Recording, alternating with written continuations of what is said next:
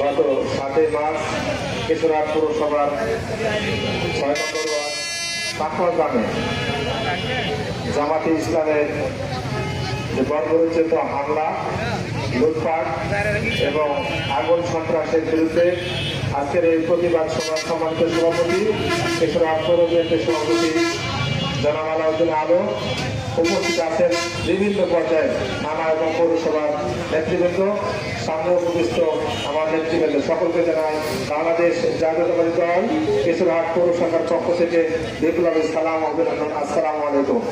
প্রিয় ভাইরা আমার, রমজান মাসের যে বাংলাদেশ জামাতের তাণ্ডব লীলা দেখেছেন, রমজান মাস একটি বরকতময় মাস, আমরা সকলেই জানি।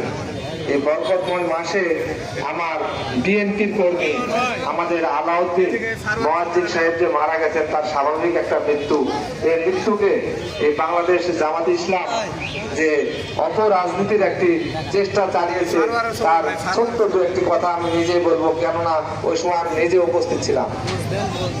আলাউদ্দিন চাচা যখন হসপিটালে ভর্তি হয়, তখন কিন্তু আমি নিজে হসপিটালে ছিলাম।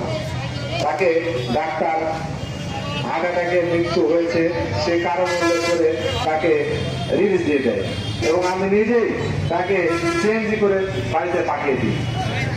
তাকে কোনো স্পর্শ করেনি, কেউ তাকে টাচও করেনি, তার মৃত্যু হয়েছে স্বাভাবিক পর্যায়ে। তার বড় ছেলে, আমরা যখন তার বাসায় যাই, ইমরান এখানে ফার্মেসি করে, আমাদের সাথে অত্যন্ত সৌহার্দ্যপূর্ণ তার আচরণ, আমাদের সাথে ছোট ভাই বড় ভাইয়ের সম্পর্ক।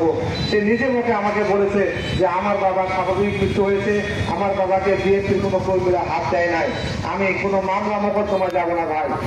তারা রাত্রি 12টা পর্যন্ত এই লাশকে পোস্টমর্টমের জন্য রাজি হয়নি। প্রিয় ভাইরা আমার, এই বাংলাদেশ জামাত ইসলামের কিছু বহিরাগত নেতা, তারা রাজনৈতিক স্বার্থ হাসিলের উদ্দেশ্যে তার বাবাকে ছিনতাই করে নিয়ে পোস্টমর্টমের জন্য থানায় জমা দেয়।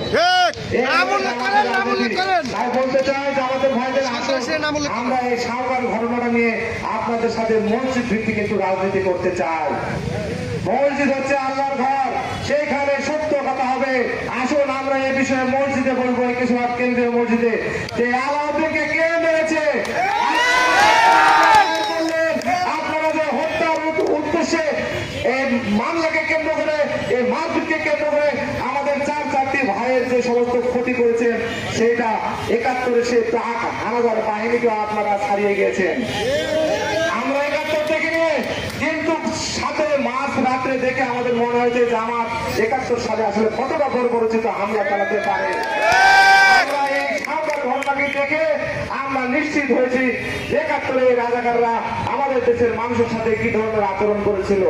প্রিয় ভাই আমার, আমরা শুধু শান্ত থাকার চেষ্টা করেছি, কারণ হচ্ছে এই কেশরহাট পৌরসভার সকল রাজনৈতিক দল, আমরা যারা রাজনীতি করি তারা চায় শান্তি। এই শান্তিকে বিনষ্ট করতে আসছে যারা ব্রিটিশ থেকে আসছিল, তারা অশান্তি করেনি আমাদের এই দেশে। ঠিক জামাতের এই নেতৃবৃন্দরা পৌরসভার বাইরে থেকে এসে এই পৌরসভাটাকে একটা অস্থিতিশীল পরিস্থিতি তৈরি করতে চাচ্ছে। তাই আমরা এই জামাতের ঘৃণ্য রাজনীতিকে আমরা তীব্রভাবে নিন্দা জানাচ্ছি এবং আগামীতে আমরা আরো কঠোর কর্মসূচি দিয়ে এর প্রতিবাদ জানাবো, জবাব দিব। সকলকে ধন্যবাদ জানিয়ে আমি আমার সংক্ষিপ্ত কথা শেষ করছি। খোদা হাফেজ। বাংলাদেশ জিন্দাবাদ। শহীদ জিয়া অমর হোক, খালেদা জিয়া অমর হোক, বর্তমান রাষ্ট্রপতি তারেক রহমান জিন্দাবাদ। ধন্যবাদ।